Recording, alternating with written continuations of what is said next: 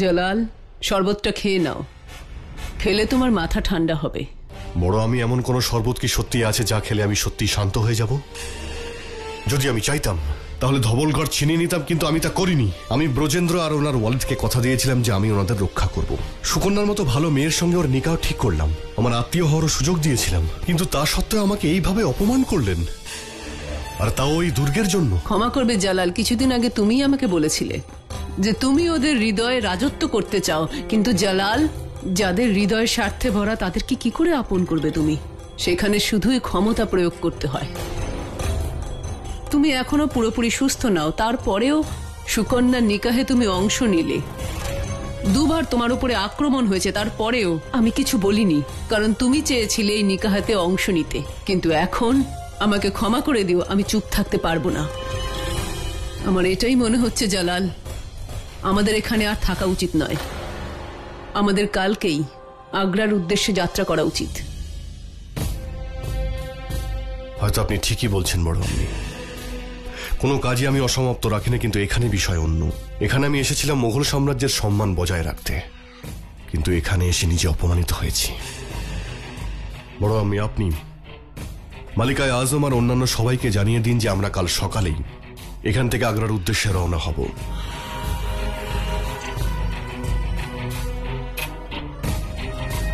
ভালোই হয়েছে, এবার আমের থেকে যেতে পারবো।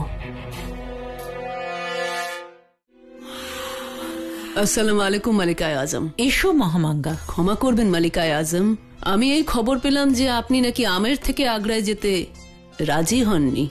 হ্যাঁ, ঠিকই শুনেছ। ক্ষমা করবেন মালিকায় আজম, ধবলগড়ের লোকেরা শাহেনশাহর সঙ্গে কিরকম আচরণ করেছে এটা নিজের চোখে দেখার পরও আপনি এখানে থাকতে চাইছেন? যেটা হয়েছে তারপরে এখানে থাকাটা খুবই জরুরি হয়ে পড়েছে। রতনপুরের দুর্গকে নিয়ে ভুল বোঝাবুঝি বেড়েছে। ভুল যদি কিছু বুঝে থাকে তাহলে সেটা ব্রজেন্দ্রর ওয়ালিদ বুঝেছে। আমি এটা নির্দ্বিধায় বলতে পারি, সুবেদার শরীফুদ্দিন শাহেনশাহর অনুমতি ছাড়া এমন কথা কাউকে দিতে পারে না। ভুল কে বুঝেছে আর ভুল কে করেছে সেটা নিয়ে তর্ক করার সময় এটা নয়। এই সমস্যার সমাধান বের করাটাই আমাদের বেশি প্রয়োজনীয়, আর সেটা নিজেদের মধ্যে আলোচনা করেই মিটবে। আগ্রা ফিরে যাওয়া এটা সমাধান নয়। মালিকা একদম ঠিক বলছেন, এই রকম অবস্থায় বেশিরভাগ মেয়েরই জীবন একেবারে শেষ হয়ে যায়। জি জি, সুকন্যার সঙ্গে যা কিছু ঘটেছে তার জন্য আমি অত্যন্ত দুঃখিত। আমিও সহমর্মিতা দেখাচ্ছি, কিন্তু এই মুহূর্তে আমার মনে হচ্ছে আমাদের সবাইকে সুকন্যাকে নিয়ে না ভেবে শাহেনশাহর জন্য চিন্তা করা উচিত। যদি জালালের ভালোর কথাই ভাবো তাহলে অন্যদের কথাও ভাবতে হবে। সুকন্যার এই অবস্থার কথাও ভাবতে হবে, কারণ সম্বন্ধ জালাল স্থির করেছে। ভুল বোঝাবুঝিতে জালালের নামও জড়াচ্ছে, আর যদি এই নিকা ভেঙে যায় তাহলে জালালের সম্মান ধুলোয় মিশে যাবে। আমি আপনার কথা ঠিক বুঝতে পারছি না মালিকায় আজম। আপনি বলতে চাইছেন যে শাহেনশাহর উচিত ছিল এই কেল্লাটা ওনাকে দিয়ে দেওয়া? দুর্গ দিক না দিক, কিন্তু সেই লক্ষ্য অবশ্যই পূরণ হওয়া উচিত যে জন্য আমরা এখানে এসেছি। আমি চাইলেই কি কিছু হবে নাকি? না, আমি শাহেনশাহর গোলাম মাত্র, আর এটা ওনার হুকুম যে কালকে উনি আমের ছেড়ে আগ্রায় ফিরে যাবেন। আর উনি হুকুম করেছেন আগামীকাল সবাই যাওয়ার জন্য প্রস্তুত হয়। আর আমারও এটা মনে হয় মালিকায় আজম, শাহেনশাহর সিদ্ধান্তকে কেউ অমান্য করবে না। খোদা হাফেজ, কাল সকালে দেখা হবে।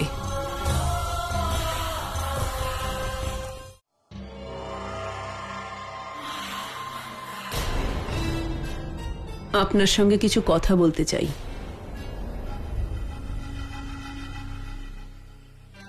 এসো।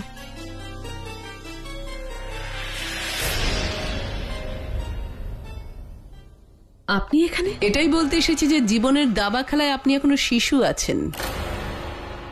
সুবেদার শরীফুদ্দিনকে দোষী সাব্যস্ত করার জন্য আপনি ওনারই বেগম বক্সি বানুকে বেছে নিলেন। কি ভেবে? বক্সি বানু হলেন একজন মুঘল, উনি বেগম যোধা নন। একটা কথা সবসময় মনে রাখবেন, বেগম যোধা। মুঘল বেগমরা কখনোই নিজের শহরের বিরুদ্ধে দাঁড়ায় না, কারণ মুঘল বেগমরা নিজেদের শহরকে অত্যন্ত ভালোবাসেন। কিন্তু এসব কথা আপনাকে বলে কোনো লাভ নেই, কারণ এসব কথা আপনি বুঝবেন না। আপনি এর আগে আমার বিষয়ে শাহেনশার কানে বিষ ঢেলেছিলেন, কিন্তু সেখানেও আপনি পরাস্ত হয়েছিলেন, মনে পড়ছে আপনার? কিন্তু গর্ব হয় আমার এই সন্তানের ওপরে, যে যা কিছুই বলুক না কেন ও নিজের বড় আম্মিকে কখনোই সন্দেহ করবে না।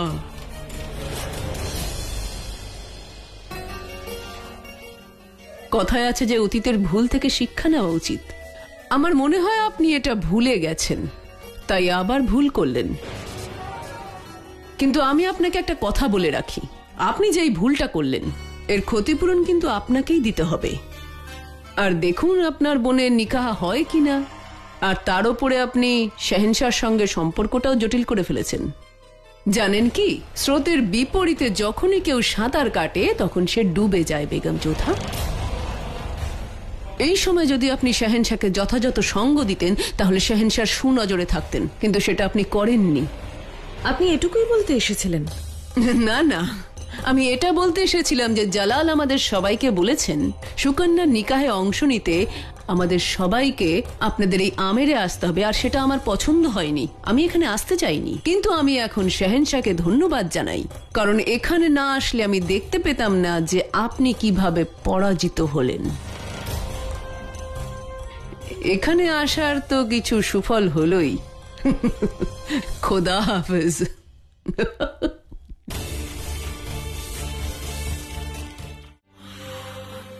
জালাল, যোধা বেগমের কথা একবার ভাবো, ও আমাদের পরিবারের একজন। আমিও আপনার কথায় সহমত মালিকায়ে আজম, কিন্তু ক্ষমা করবেন আমাকে, বেগম যোধা এরকম ভাবেন না। উনি তো এটাও ভাবেন না যে শাহেনশাহর প্রতি ওনাকে কতটা যত্নবান হতে হবে। নিজের শহরের পাশে থাকার বদলে রাজা অচল সিং এর পাশে দাঁড়িয়েছেন। যোধা আমাদের বিপক্ষে যায়নি মহামাঙ্গা। যদি এমনটাই হয় তাহলে বক্সি বানুর নাম নিয়ে সুবেদার শরীফুদ্দিনকে কেন দোষী সাব্যস্ত করছেন উনি? বড় আম্মি সঠিক বলছেন। উনি আমার বোনকে ঢাল করে আমার ভগ্নিপতিকে অপবাদ দেওয়ার চেষ্টা করেছেন।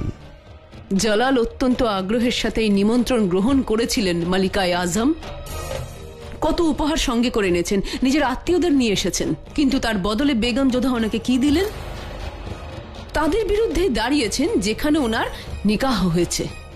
মালিকায়ে আজম বেগম যোধা জোর করছেন শাহেনশাহকে ওই দুর্গ রাজবংশীদের ফিরিয়ে দেওয়ার জন্য।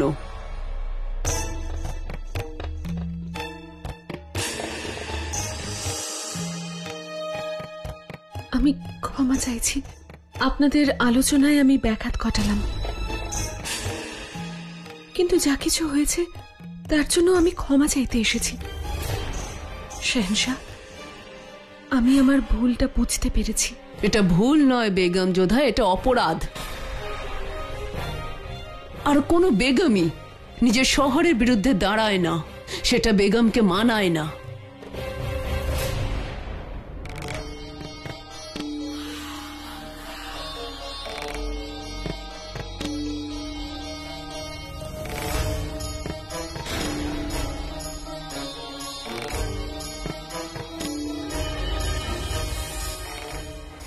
আমি আমার ভুল স্বীকার করছি। আপনি যা বলছেন ঠিক বলছেন। আপনি আমার কক্ষে এসে যা কিছু বুঝিয়েছেন তাতে আমি আমার ভুলটা বুঝতে পেরেছি। আর ঠিকই তো, এখন আগ্রাই আমার পরিবার, আমের নয়। আর আমার পরিবারের সাথে থাকাটাই এখন আমার ধর্ম। বড় আমি, আপনার থেকে বয়সে আমি ছোট, তাই আপনাকে ধন্যবাদ জানাচ্ছি যে আমার ভুলটা আপনি ধরিয়ে দিয়েছেন। আমি কখনোই চাইবো না যে শাহেনশাহ নিজের দুর্গ ধবল করে রাজাকে দিয়ে দিন। আমি আমার স্বামীর সাথে কোনো রকম অনুচিত হতে দিতে পারবো না। তাতে রাজবংশীদের বিরুদ্ধে যেতে হলেও আমি রাজি। আমি আমি আপনার কাছে ক্ষমা চাইছি।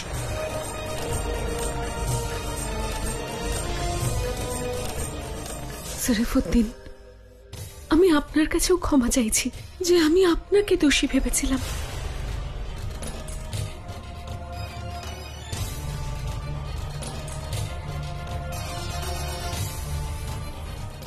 শেনশাহ, আপনার কাছেও আমি ক্ষমা চাইছি।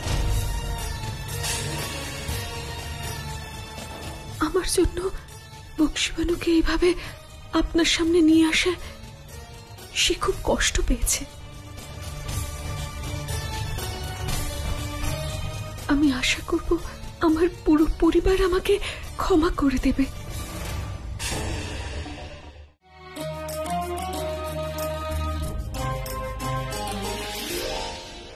আমি এটা জানি না যে আপনি শাহেনশাহকে এমন কি বলেছেন যে শাহেনশাহ নিজের সিদ্ধান্ত বদলে ফেলেছেন, কিন্তু আমি আপনাকে এইটুকু বলতে চাই বেগম যোধা, রতনপুরের দুর্গ রাজা অচল সিংকে পাইয়ে দিয়ে মুঘল সাম্রাজ্যের আপনি ক্ষতি করেছেন। শাহেনশাহর যুদ্ধ করার ক্ষমতাকে আপনি কমিয়ে দিয়েছেন। বেগম হয়ে নিজের শহরের বিরুদ্ধে দাঁড়ালেন। এখন হিন্দুস্তানের সবাই জেনে যাবে যে মুঘল সাম্রাজ্যের শাহেনশাহ একটা ছোট রাজ্যের রাজার কাছে নিজের মাথা নত করেছেন। প্রথমত, শাহেনশাহ মাথা নত করেননি, বরং এই সিদ্ধান্তের পর ওনার মাথা আরো উঁচু হয়ে গেছে। উনি এই সম্বন্ধটা ঠিক করেছিলেন। যদি এটা ভেঙে যেত তাহলে অবশ্যই সমগ্র হিন্দুস্তান ওনাকে অন্য নজরে দেখত। দ্বিতীয়ত, আমি আমার স্বামীর বিপক্ষে যাইনি, বরং ওনাকে আমার পক্ষে করে নিয়েছি। তৃতীয়ত, আর সবচেয়ে গুরুত্বপূর্ণ কথা হলো যে আমি এমন কি করলাম, তাহলে আপনাকে বলি, আপনি আপনারই অজান্তে আমার ভুলটা আপনি ধরিয়ে দিয়েছেন।